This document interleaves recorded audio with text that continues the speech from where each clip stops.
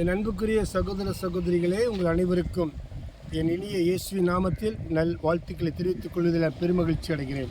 இறைவன் தாமே நம் ஒவ்வொரு ஆசிரிப்பாராக.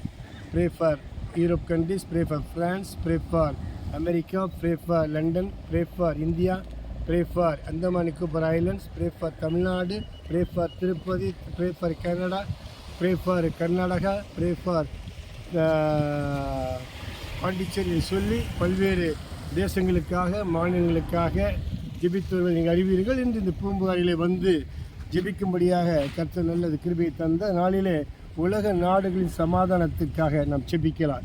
இந்த கடற்கரை பகுதியில் இருந்து தொல்பொருள் ஆராய்ச்சியாளர்கள் இந்த பூம்புகாரினுடைய பல தமிழகத்தின் துறைமுகமாக இருந்த இந்த துறைமுகத்தில் இருந்து நான் நம்முடைய தேசத்திற்காக, இந்திய நாட்டிற்காக, உலக நாடுகளுக்காக ஜெபிக்க கடமைப்பட்டிருக்கிறேன்.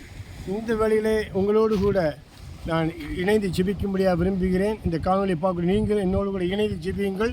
இந்த பூம்புகாரிலிருந்து பூம்புகார் மக்களுக்காக மட்டுமல்ல, உலக நாட்டுகளுக்காக, உலக மக்களுக்காக, குறிப்பாக நாட்டில் நடக்கக்கூடிய போர் நடக்காதபடி விரைவிலே ஒரு சமாதானம் ஏற்பட நாம் ஜெபிக்கலாம். இந்த நாட்டிலே ஈரானுக்கும் இஸ்ரேலுக்கும் அமெரிக்காவுக்கும் இடையிலாக நடக்கக்கூடிய போரினாலே பல்வேறு மக்கள் பாதிக்கப்பட்டிருக்கிறார்கள். போர் இல்லா உலகத்தை காண விரும்புகிறோம். கர்த்தராகிய இயேசு கிறிஸ்து அன்பை தான் போதித்தார். ஆகவே இந்த அன்பை நாம் ஒவ்வொருவரும் வெளிப்படுத்த வேண்டும். ஒவ்வொருக்குள்ளும் கிறிஸ்துவின் அன்பு காணப்பட்டால் இப்படிப்பட்ட போர் நிகழ்வுகள் ஏற்படாது என்று நான் விசுவாசிக்கிறேன்.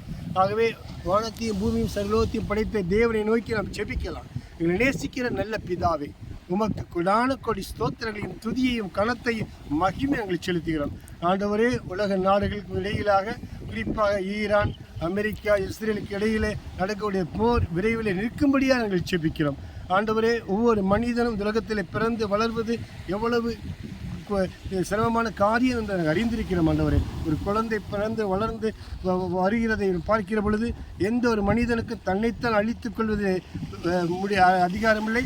அதே போல் மற்றொரு அழிப்பதற்கு அதிகாரம் என்பதை உணர்ந்து ஒருவரை ஒரு நேசித்து அன்பு பாராட்ட வேண்டுமே தவிர நாம் யாரையும் அழிக்கக்கூடாது என்ற உணர்வு ஒவ்வொருக்குள்ளே வர இதை அனுகிரகம் செய்ய முடியாது ஜெபிக்கிறோம். என் தேவன் தாமே கிருபையை இறங்கி ஒவ்வொரு நாட்டு தலை உள்ளத்தில் பேசி எங்கும் சமாதானம் சந்தோஷம் உண்டாகும்படியாக, போர் இல்லாத உலகம் காணப்படும்படியாக நாங்கள் ஜெபிக்கிறோம். இந்த காணொலியை காணக்கூடிய நீங்கள் என்னோடு இணைந்து ஜெபியுங்கள். உலக நாடுகளுக்கு மத்தியில் ஒரு சமாதானம் உண்டாகும்படியாக, உலகத்திற்கு சமாதானத்தை கொடுக்க வந்து தேவனாய கர்த்தர் சொல்கிறார். சமாதான பிறகுவாய் இயேசு கிறிஸ்துவை நோக்கி நாம் ஜெயிப்போம். தேவன் தாமே உலகெங்கும் சமாதானம் உண்டாகி, எங்கும் சந்தோஷம் சமாதானம் உண்டாகி, எங்கும் அமைதி காணப்பட தேவன் அனுகிரகம் செய்யும்படியாக நாங்கள் ஜெபிக்கிறோம். ஆண்டவரே, தேவன் தான் இரக்கம் பாராட்டுங்கப்பா.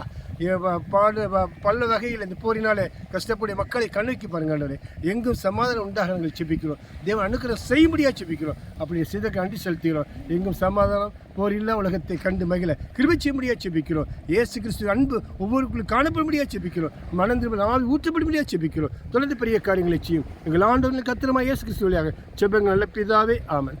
Thank you. God bless you all. தொடர்ந்து